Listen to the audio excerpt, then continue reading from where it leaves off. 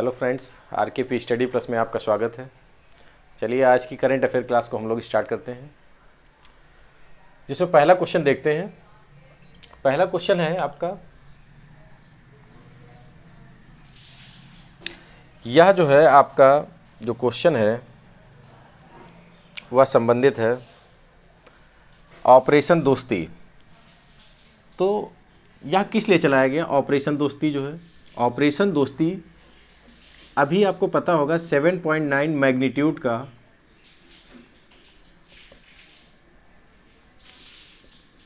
अभी हाल ही में भूकंप आया। तो कहाँ भूकंप आया है? तो ये आपको पता होना चाहिए, टर्की में। ठीक है, तो टर्की के लिए जो राहत कार्य हम लोगों ने पहुंचाया या हम लोगों ने रेस्क्यू किया या उसके लिए जो भी हम लोग प्रयत्न किए, तो उसको दोस्ती नहीं, यहाँ पे दोस्त ध्यान रखनी है, ऑपरेशन दोस्त।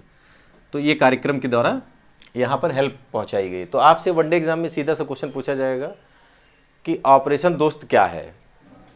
तो मतलब जो आपका टर्की है, इसको हेल्प जो पहुँचाई गई है, जो भी रेस्क्यू किया गया है या जो भी मतलब खाद्य सामग्री पहुँचाई गई, जितना भी कार्यक्रम है वो सब जो है इसी के तहत, ये मतलब ऑपरेशन दोस्त के तहत चलाया गया। अब उसके बाद हम लोग नेक्स्ट क्वेश्चन पर जाते हैं। नेक्स्ट क्वेश्चन में देखते हैं। नेक्स्ट क्वेश्चन है दिल्ली मुंबई एक्सप्रेसवे।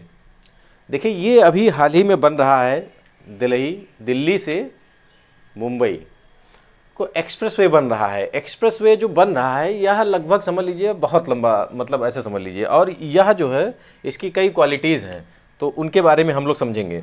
तो पहली बात तो ये है कि इंडियाज़ लार्जेस्ट एक्सप्रेसवे है, भारत का सबसे लंबा, ठीक है, एक्सप्रेसवे है, जिसकी लंबाई लगभग मान के चलिए 1386 किलोमीटर लंबा है यह। और उसके बाद अगर इसके और थोड़ा बहुत जाने तो 98,000 करोड़ रुपए का जो है इसमें बजट दिया गया है, इसको 98,000 करोड़ रुपए का। ठीक है, तो ये सब कुछ चीज़ें हैं इसमें जो आपको पता होना चाहिए। फिर उसके बाद यह कितने राज्यों से होकर गुजरता है, तो इसके बारे में भी थोड़ा जान लीजिएगा कि यह लगभग 6 राज्यों से होकर गुजरता है। डायरेक्ट क्वेश्चन पूछा जा सकता है, 6 राज्यों से होकर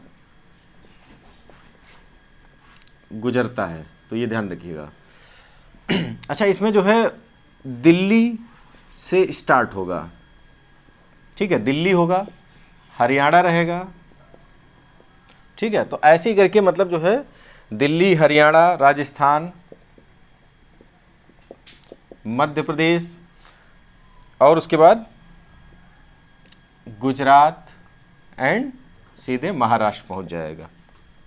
इस तरीके से यह लगभग मान के चलिए, ये भी आपको राज्य भी हमने लिखे इसीलिए हैं क्योंकि आपको ये राज्य भी याद रखना है कि कौन कौन से राज्य हैं, मतलब जहाँ से ये एक्सप्रेसवे निकलता है, तो ये आपको पता होना चाहिए। देखिए बहुत इंपॉर्टेंट है। अब भारत का इंफ्रास्ट्रक्चर के बारे में अगर आप लोग नहीं जानेंगे तो फिर क्वेश्चन तो यहीं से आना है। तो देखिए सबसे पहली बात तो ये देखिए, इंडिया का सबसे बड़ा एक्सप्रेसवे है। फिर उसके बाद इसकी लंबाई कितनी है? 1386 किलोमीटर।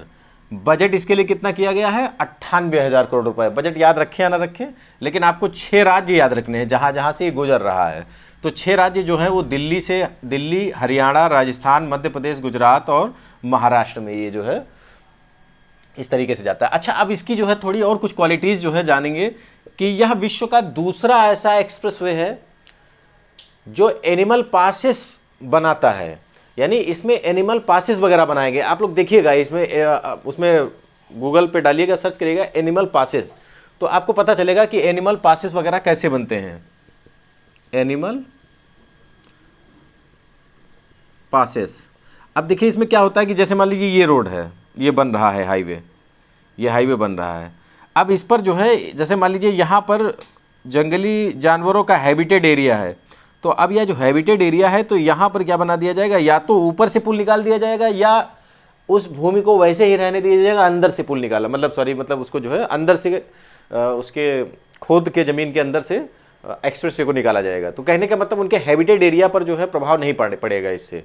तो ये एक बहुत अच्छा, इससे दुर्घटना, मानव दुर्घटना बहुत कम होएंगी, यानी मानव दुर्घटना भी और प्लस जो है एनिमल्स की जो है दुर्घटनाएं भी बहुत कम हो जाएंगी इससे। तो इस तरीके से ये एक एक्सप्रेसवे मतलब बहुत सेफ एक्सप्रेसवे बनाया जा रहा है। चूंकि एक्सप्रेसवे पर कोई भी व्यक्ति 100 की रफ्तार से कम तो नहीं ही चलता है, तो इसलिए जो है इसमें सेफ्टी को ध्यान में रखते हुए ये सब कदम उठाने बहुत आवश्यक होते हैं। तो चलिए ठीक है, ये तो हम लोगों ने समझा दिल्ली मुंबई एक्सप्रेसवे के बारे में। अब नेक्स्ट क्वेश्चन समझते हैं दयानंद सरस्वती। अच्छा, दयानंद सरस्वती के बारे में बहुत कुछ नहीं जानना है, बहुत कुछ तो आप इतिहास में जान चुके होंगे, मॉडर्न इंडिया में आप लोगों ने पढ़ा भी होगा। तो लेकिन हम लोग क्या करते हैं कि एक्चुअली इनकी 200वीं एनिवर्सरी मनाई गई, सॉरी एनिवर्सरी नहीं, मतलब इनका जन्मदिन मनाया गया है, मतलब वही मतलब। तो इस तरीके से जो है चलिए देखते हैं क्या है दयानंद सरस्वती के बारे में। तो दयानंद सरस्वती का बर्थडे मनाया गया है, बर्थ एनिवर्सरी मनाई गई है, ऐसे समझ लीजिए। तो 200वीं जो है, 200वां इनका जो है बर्थडे मनाया गया है। तो इसमें आपको कुछ नहीं, बस ये याद रखना है। और दूसरा क्या याद रखना है कि दयानंद सरस्वती ने स्थापना की थी आर्य समाज की। आर्य, ये अमूमन पूछा जाता है क्वेश्चन, आर्य समाज की स्थापना। अब हो सकता है आपसे फिर से पूछ ले आर्य समाज की स्थापना, चूंकि यह चर्चा में है तो इसलिए जो हो सकता है पूछ लिए किसी भी आपके जो है एग्जाम में। तो इसलिए आपको बस इतना याद रखना है कि आर्य समाज और भी इनके मतलब जो है, अब बहुत ज़्यादा तो नहीं हम बता रहे हैं, लेकिन दयानंद सरस्वती के बारे में आप थोड़ा और भी चीज़ें जो है जान लेंगे तो ज़्यादा बेटर रहेगा। तो वो आप थोड़ा पढ़िएगा इसके बारे में, क्योंकि चर्चा में दयानंद सरस्वती है तो फिर क्वेश्चन बनता है इनसे, तो इसीलिए जो है आपको ध्यान रखना है। आप नेक्स्ट क्वेश्चन देखते हैं बौना बोआ के बारे में। दयानंद सरस्वती के बारे में हो गया, आप बौना बोआ के बारे में देखते हैं। बौना बोआ यानी डार्क बोआ। डार्क बोआ यानी उसको जो है जैसे समझ लीजिए कुछ छोटे छोटे जो है बहुत छोटी सांप की प्रजाति जो है अभी पाई गई है, जो इक्वेडर में पाई गई है। इक्वेडर कहाँ पड़ता है तो ये आप ध्यान रखिएगा। इक्वेडर ऐसे समझ लीजिए ये एक प्रकार से आपका, और उसके बाद ये मैक्सिको हो गया, और ये आपका जो है इस तरीके से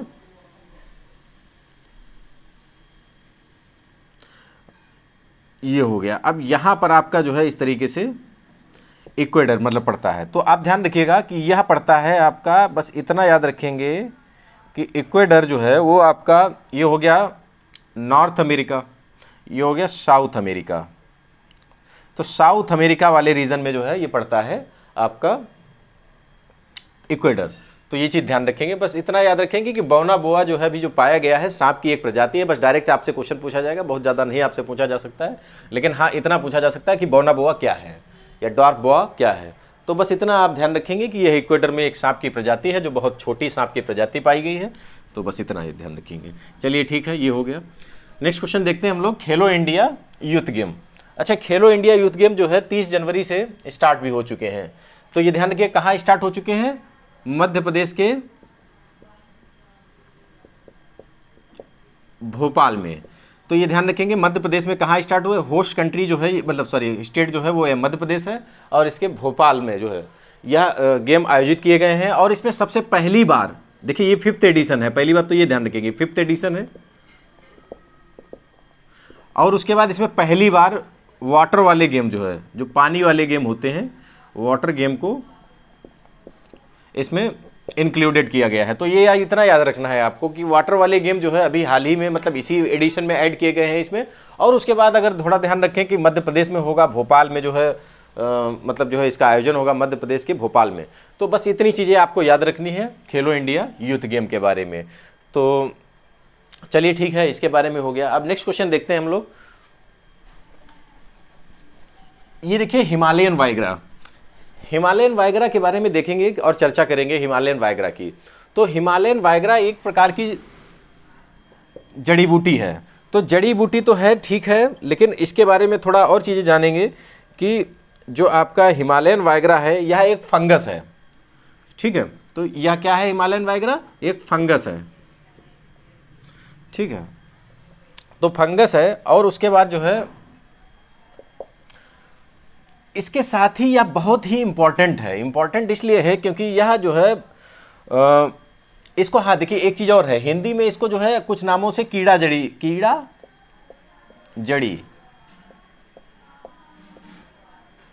के नाम से भी जाना जाता है।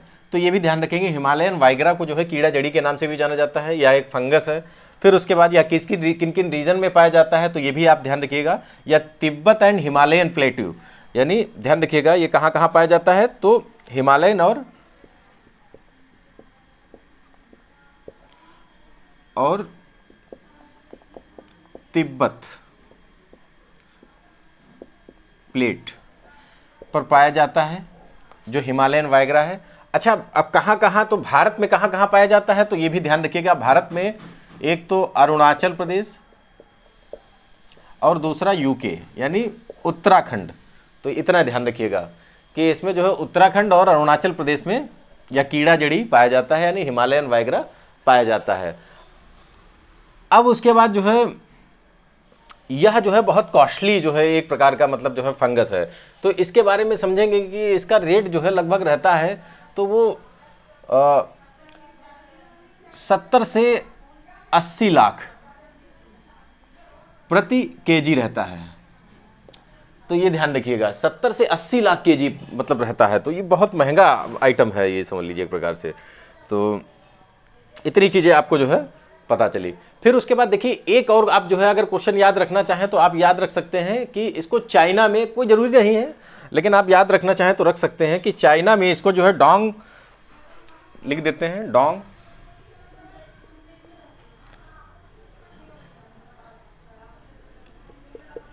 चोंगसिया साओ, डोंग चोंगसिया साओ के नाम से भी जाना जाता है ये चाइना में, ठीक है।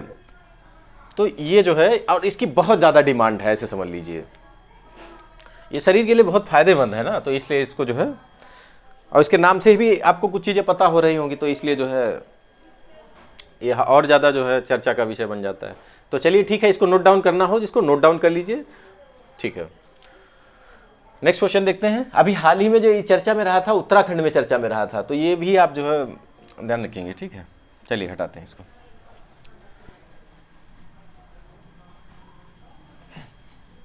अच्छा, अब आते हैं नीलगिरी तहर के बारे में थोड़ा समझते हैं। नीलगिरी तहर क्या है तो उसके बारे में थोड़ा समझेंगे कि एक तो ये जो है IUCN की इंडेंजर्ड क्वालिटी के अंतर्गत आता है, IUCN की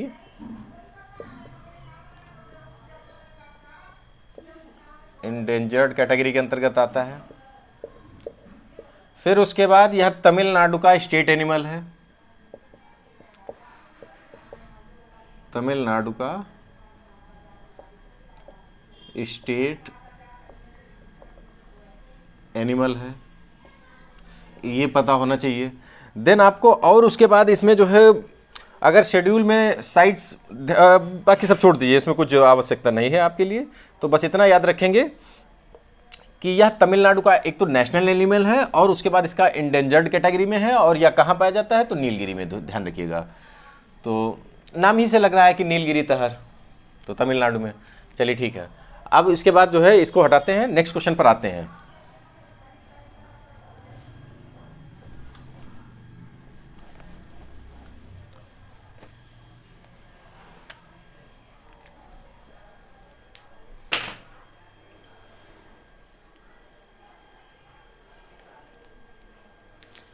अब उसके बाद हम लोग क्या करते हैं, वाइनिल क्लोराइड के बारे में समझते हैं। वाइनिल क्लोराइड जो है यह अभी चर्चा में है। वाइनिल क्लोराइड, वाइनिल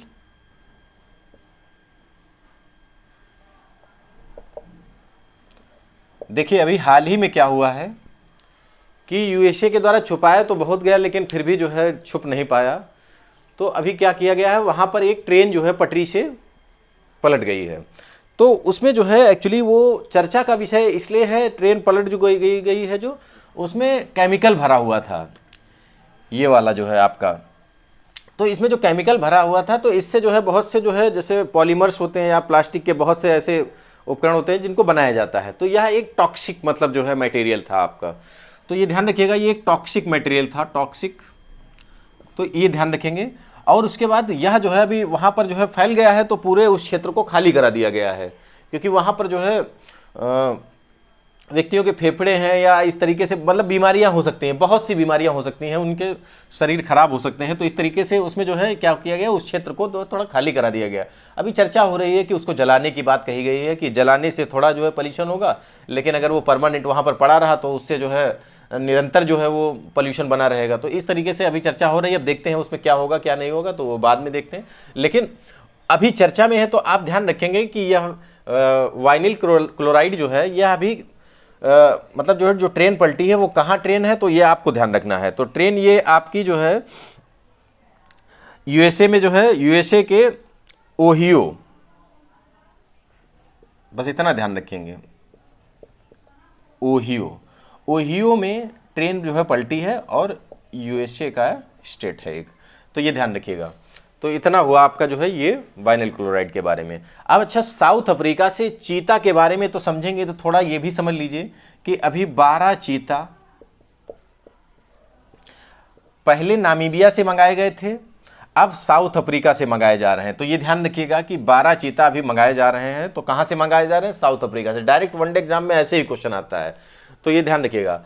अब उसके बाद लेप्रोजी डिजीज के बारे में समझते हैं, थोड़ा लेप्रोजी डिजीज को हम लोग थोड़ा एक्सप्लेन करते हैं और इसके बारे में समझते हैं। ये लेप्रोजी डिजीज क्या है? तो लेप्रोजी डिजीज ऐसे समझ लीजिए, हाथों का, जैसे मान लीजिए क्या होती है, अंगुलियां घिस जाती हैं। घिस जाने का मतलब है कि उसमें ऐसा रोग हो जाता है, आप कह सकते हैं कि जैसे कुष्ठ रोग कह सकते हैं, या मतलब उसका नाम बहुत उचित जो है, चलिए उसमें देखिए आप लोग फोटो उस पर गूगल पे सर्च करिएगा, तो आपको उसकी फ़ोटो मिल जाएंगी। ये बताइएगा, हम ही आपके जो है स्क्रीन पर एक फ़ोटो लगा देंगे, तो उसकी जो है उससे आपको पता चलेगा कि व्यक्ति की अंगुलियां जो है गल जाती हैं, या हाथ गल जाते हैं, या रेसेस पड़ जाते हैं गले में। तो इस तरीके से बहुत सी बीमारियां, मतलब इसमें जो है बहुत से इन्फेक्शन टाइप का हो जाता है। तो अब ये बहुत खतरनाक डिजीज़ है, ऐसे समझ लीजिए।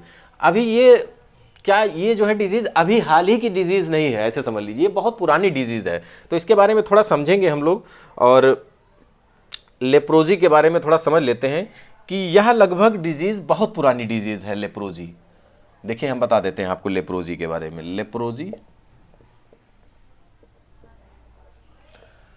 लेप्रोजी बीमारी जो है, ऐसे समझ लीजिए, विश्व के कुल केसेस में 52% हिस्सेदारी भारत की है। अगर विश्व में जितने भी केसेस हैं उसमें 52% तो केस भारत के ही हैं, ऐसे समझ लीजिए। तो फिर उसके बाद यह कितनी ओल्ड है, तो ये ध्यान रखिएगा 600 BC के आसपास यह बीमारी पाई गई थी। तो ध्यान रखिए बहुत पुरानी बीमारी है, ये अभी की बीमारी नहीं है, 600 BC के आसपास की बीमारी है लेप्रोजी जो है आपकी। फिर उसके बाद जो है इसे हैंसेंस डिजीज भी कहते हैं। तो ध्यान रखिएगा लेप्रोजी को क्या कहते हैं?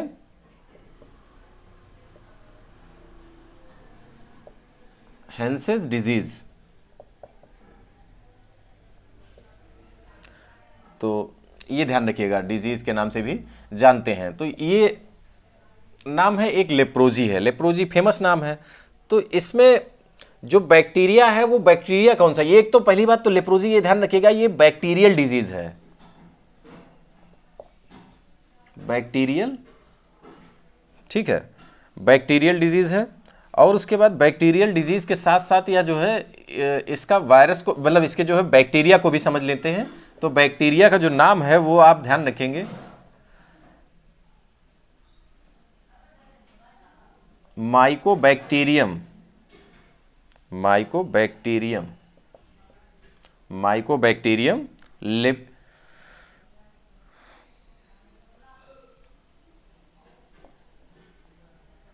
लेप्री। तो ये ध्यान रखेंगे, ये इसके वायरस का नाम है, सॉरी वायरस बता रहे हैं, ये बैक्टीरिया का नाम है। तो ये ध्यान रखिएगा, ये इसका लेप्रोजी के बैक्टीरिया का नाम है, जो ये बैक्टीरिया है। इसके लिए जो, अच्छा इसके लिए कोई उपाय है जो मतलब जिससे ये ठीक हो सके? तो इसके लिए मल्टी ड्रग सिस्टम जो है के माध्यम से इसको जो है खत्म किया जाता है। तो इसमें दिया जाता है मल्टी ड्रग थेरेपी। तो ये ध्यान रखेंगे, इसमें क्या है मल्टी ड्रग थेरेपी में, मतलब इसमें कई दवाओं का कॉम्बिनेशन मिलाकर इसको जो है दवा मतलब जो है ये मरीज को दिया जाता है। तो इस तरीके से ये इसमें इसको मतलब एक दवा नहीं इसमें है पर्टिकुलर, इसमें जो है कई दवाओं का एक मिश्रण है, तो इस तरीके से मल्टी ड्रग थेरेपी को कहा जाता है इसको। तो ये इसके लिए जो है मतलब दिया जाता है। एक्चुअली ये केसेस अभी बढ़े इसलिए हैं क्योंकि अभी कोरोना रहा है, तो कोरोना के कारण हम लोगों ने इस पर ध्यान नहीं दे पाया थोड़ा है। तो ध्यान ना देने के कारण, क्योंकि हम लोग कोविड पर ध्यान देते रहे हैं, अब इसलिए ये बीमारी जो है अभी हाल ही के मतलब जो है आंकड़े भी अभी नहीं मिले हैं, लेकिन इसमें जो है बढ़ोतरी हुई है, तो ये माना गया है। तो चलिए ठीक है, ये हो गया आपका लेप्रोजी के बारे में। लेप्रोजी के बारे में अगर कोई भी डाउट है तो आप कमेंट्स कर सकते हैं, ठीक है। तो अभी उसके बाद नेक्स्ट क्वेश्चन हम लोग देखते हैं, इसको इरेज करते हैं।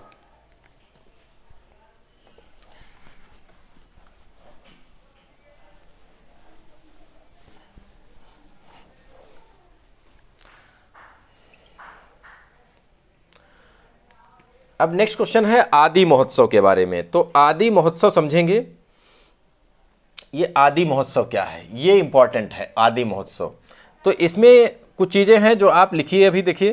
तो एक तो ये जो है किस मिनिस्ट्री के अंतर्गत आता है, तो ministry of tribal affair, ministry of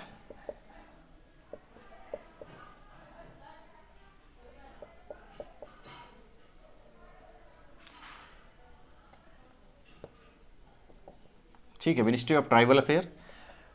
फिर उसके बाद जो है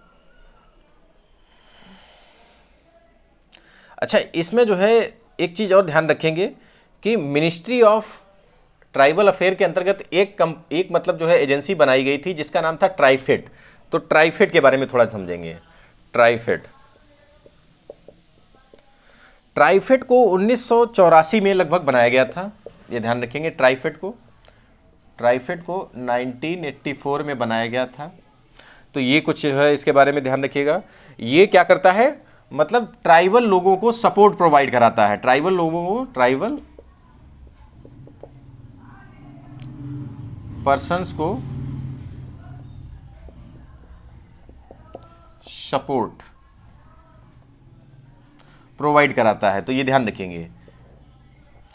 तो ये इसका काम यही है ट्राइफेड का, ठीक है। तो ये ट्राइफेड भी ध्यान रखिएगा। ट्राइफेड किसके अंतर्गत आती है, मिनिस्ट्री ऑफ जो है सॉरी गलत लिखा है, ट्राइबल अफेयर के अंतर्गत आता है। तो ये ध्यान रखिएगा, मिनिस्ट्री ऑफ ट्राइबल अफेयर के अंतर्गत आता है। तो ये चीज़ें आप याद रखेंगे इसमें। फिर उसके बाद चलिए, ये तो हो गया आपका आदि महोत्सव। आदि महोत्सव की जो अगर ध्यान रखें तो इसमें थीम वगैरह आ सकती है इसकी। आदि महोत्सव की थीम जो है, तो थीम के बारे में थोड़ा देख लीजिए। थीम हम लिखे दे रहे हैं तो आप भी इसको जो है, a celebration of the spiritual tribal crafts culture and commerce. तो ये ध्यान रखेंगे, a celebration of the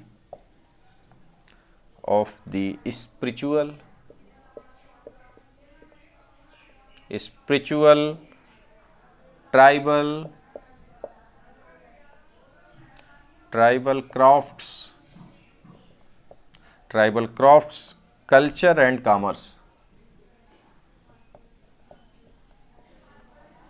and commerce तो ये ध्यान रखिएगा, ये इसकी थीम थी, ये आप याद रखेंगे, याद रखें, या जो है थीम वैसे पूछी जाती है तो ये आप ध्यान रखेंगे। चलिए, ये तो हो गया आदि महोत्सव के बारे में। अभी उसके बाद पेंगोंग सो लेक जो है, पेंगोंग सो लेक जो है अभी चर्चा में है। तो अभी देखिए क्या है इसके बारे में। तो हम लोग देखते हैं, इसको पहले इरेज करते हैं, जिसको जो लिखना हो तो वो लिख लीजिए या कैप्चर कर लीजिए। अब हम लोग देखते हैं आगे क्वेश्चन, इसको इरेज कर रहे हैं। चलिए,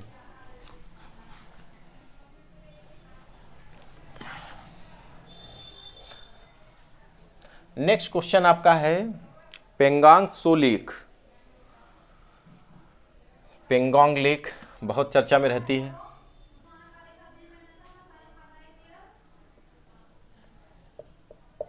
पेंगोंग सो लेक, ये लेक जो है, देखिए इसके बारे में थोड़ा समझ लीजिए कि यह विश्व की हाईएस्ट सॉल्ट वाटर लेक है, जो सबसे ऊंचाई पर स्थित है। तो ये ध्यान रखेंगे, इसकी ऊंचाई लगभग 14,000 फीट है। 14,000 फीट पर ऊंचाई इसकी अवस्थित है। और उसके बाद जो है यह विश्व की सबसे ऊंचाई पर स्थित सबसे ज़्यादा खारे पानी की झील है। तो ये समझ लीजिए, ध्यान रखिएगा इसके बारे में, ये फैक्ट, ये हाईएस्ट मतलब जो है सॉल्ट, तो इसमें लिखना चाहो तो लिख सकते हैं highest salt water lake.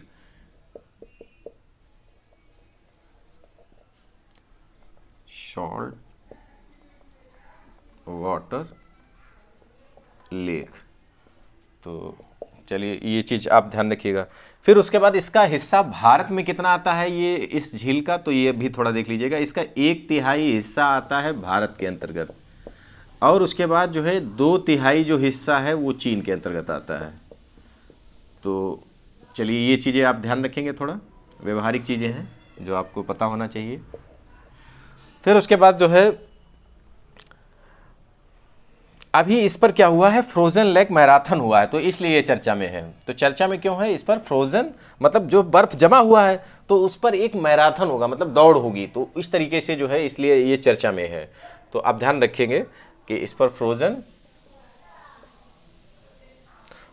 Lake marathon,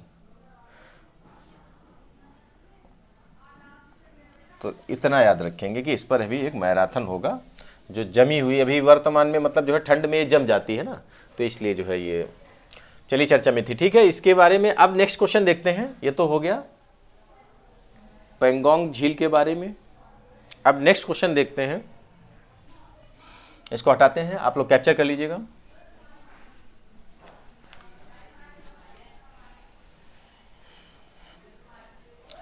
अब नेक्स्ट क्वेश्चन देखते हैं, नागरहोल टाइगर रिजर्व के बारे में थोड़ा देखते हैं। नागरहोल टाइगर रिजर्व चर्चा में है, तो अभी देखते हैं क्यों चर्चा में है नागरहोल टाइगर रिजर्व। तो चलिए देखते हैं नागरहोल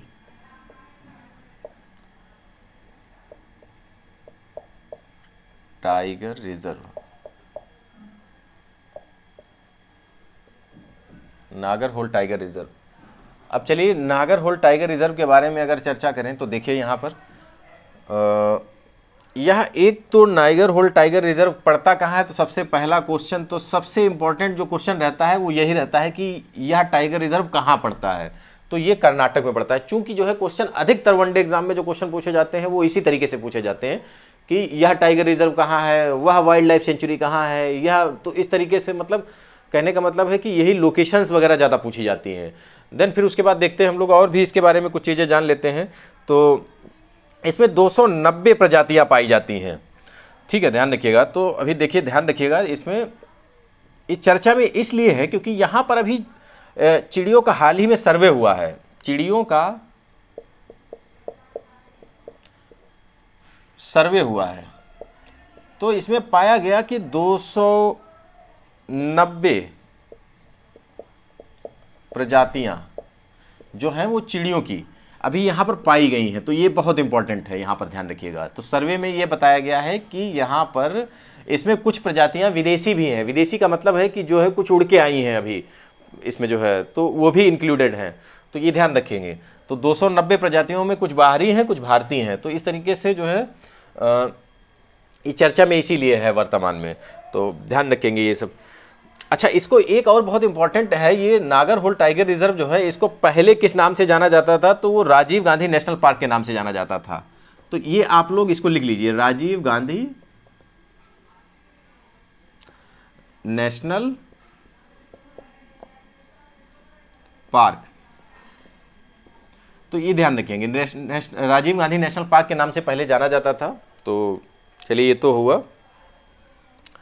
फिर उसके बाद अगर थोड़ा और इसके बारे में जानने, तो अब की कुछ समय से क्वेश्चन जो पूछे जा रहे हैं तो वो अटैच करके पूछे जा रहे हैं कि जैसे मान लो सपोज दैट कि नागरहोल टाइगर रिजर्व से कौन कौन से प्लेसेस जुड़े हुए हैं, मतलब कौन कौन से वाइल्ड लाइफ सेंचुरी या कौन कौन से मतलब जो है रिजर्व, तो वो सब चीज़ें पूछी जाती हैं। या और कोई टाइगर रिजर्व है जो मतलब जुड़ा हुआ है इससे।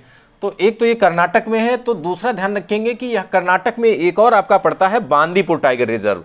तो यह इससे पूर्वी घाट में, मतलब सॉरी, इसके पूर्वी मतलब जो है क्षेत्र में जो है जुड़ा हुआ है। तो ध्यान रखेंगे कि कौन सा, Bandipur tiger reserve. Bandipur tiger reserve, तो ये ध्यान रखेंगे, ये भी इससे जुड़ा हुआ है। और उसके बाद एक वाइल्ड लाइफ सेंचुरी भी जुड़ी हुई है, जो ब्रह्मगिरी वाइल्ड लाइफ सेंचुरी है, ये भी इससे जुड़ी हुई है। तो ब्रह्मगिरी ध्यान रखेंगे, ब्रह्मगिरी।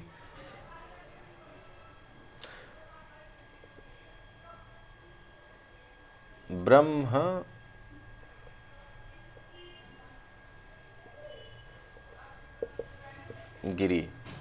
वाइल्ड लाइफ सेंचुरी,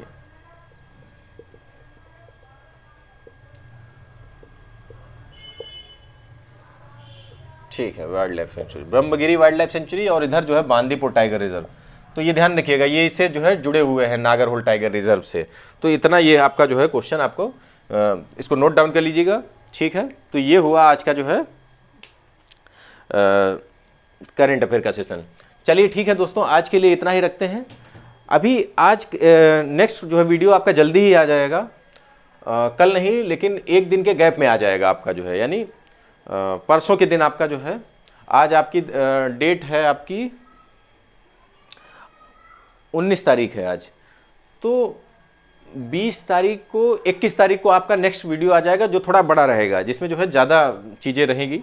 चलिए ठीक है, आज की क्लास यहीं पर समाप्त करते हैं। बाय बाय दोस्तों, जय हिंद दोस्तों।